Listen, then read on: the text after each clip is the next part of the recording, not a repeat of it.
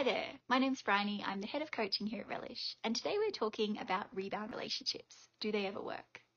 So we know how awful breakups can be and how we can feel grief, anxiety, and any number of emotions.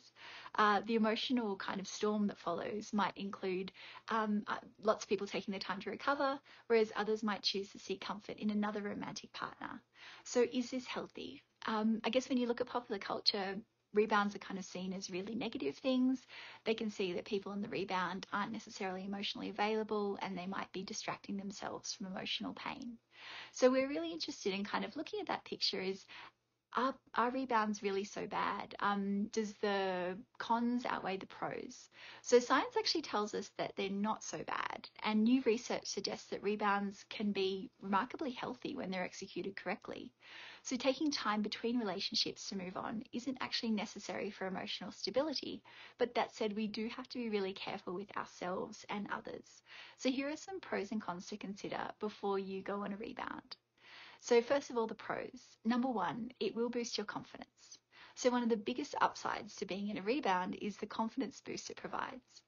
Claudia Brombaugh, PhD, a social personality psychologist, found that individuals who are in rebound relationships experience increased well-being and self-esteem. Not to mention, people on the rebound tend to feel a higher sense of respect for their new partners compared to their former partners, which kind of makes sense. Gestures include in a rebound, such as having sex, flirting over text, or going on a date, release endorphins that can kind of counteract some of that painful emotional state that you're going through. And they also make you realize that there's other people out there who want to be with you, which further increases your ability to date and kind of get out there.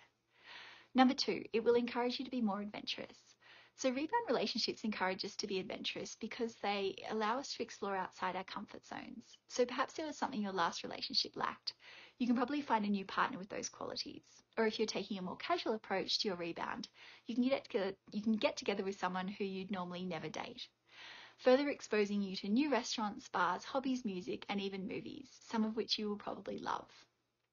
We can't guarantee those no strings attached relationships will be lengthy and genuine, but that's what's so great about rebounds. So you're in total control of your dating life. If something feels right, you can stay put, and vice versa. One important caveat, you should always be open and honest with the people you're seeing. So the last thing you want to do is to lead someone on and make them believe that you're maybe more emotionally available than you actually are.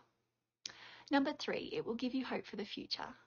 Even if your rebound relationship doesn't work out, it proves that you're capable of putting yourselves out there despite the breakup pain. That reassurance alone is enough to strengthen your relationship with yourself. So when romantic connections end, we're left in quite a vulnerable psychological state, even if we're the ones initiating the breakup. We wallow in the thought that we'll never be able to love or be loved by someone else. But putting yourself out there and letting new people find you attractive and lovable will help you realize that there's a whole new world of potential partners out there. So that's some of the potential benefits. Let's look at some of the downsides. So first of all, it could be a temporary distraction.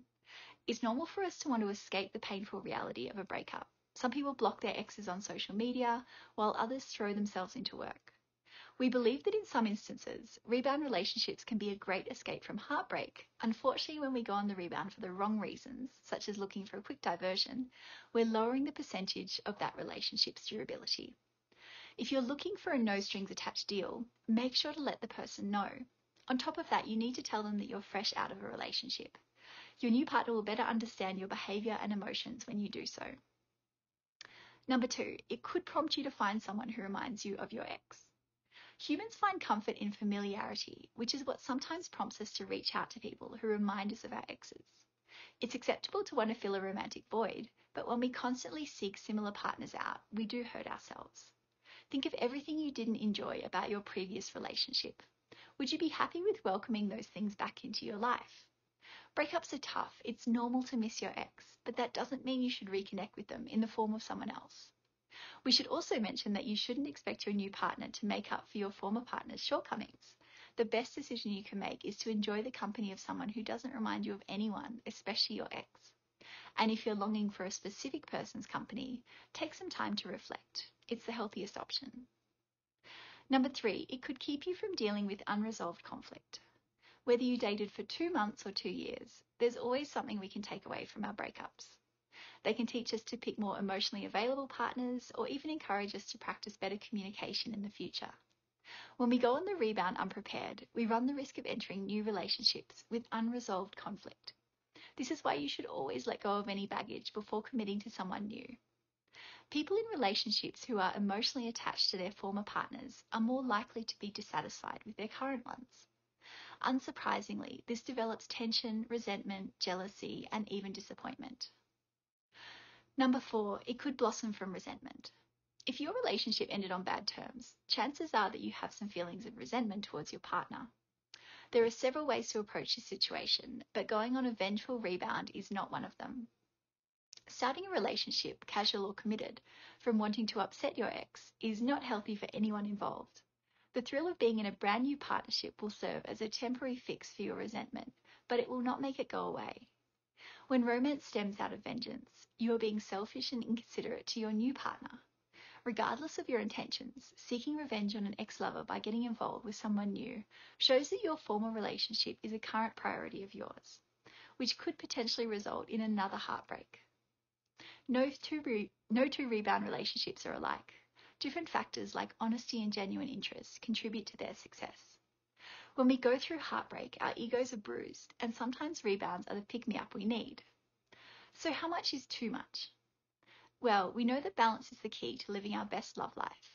While rebounds are fun and therapeutic, there is a such thing as rebounding too hard.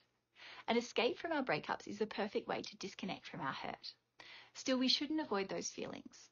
Suppressing your emotions is harmful to our physical and mental states, which can lead to stress, anxiety, self-esteem issues, and even trouble with our memory.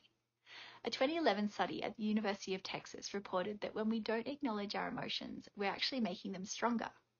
When you bring baggage into your new relationship, you're increasing the chances of healing your negative feelings. Even if you feel like you found a great match, your unresolved feelings can get in the way of you being the best partner possible.